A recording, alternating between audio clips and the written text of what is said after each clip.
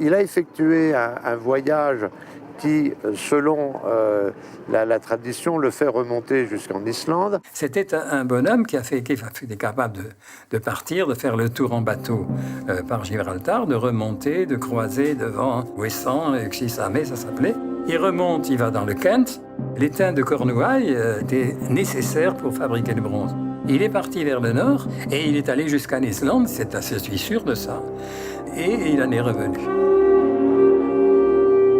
Κατάφερα να υπολογίσω τους αριθμούς. Nous approchons du solstice.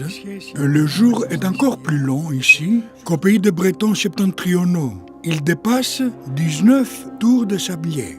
Comme j'essayais de faire comprendre aux hommes du pays que je voulais aller à Tulé, ces barbares nous ont montré les lieux où se trouve la couche du soleil, l'endroit où le soleil a son trône et son lit, car c'est là qu'il se couche et c'est là d'où il s'élève. On a quelques notations parce que on n'a pas ses heures, mais il avait écrit ses voyages. Alors il décrit l'endroit où la mer est comme un poumon, il compare ça à la Méduse, une espèce de mixte.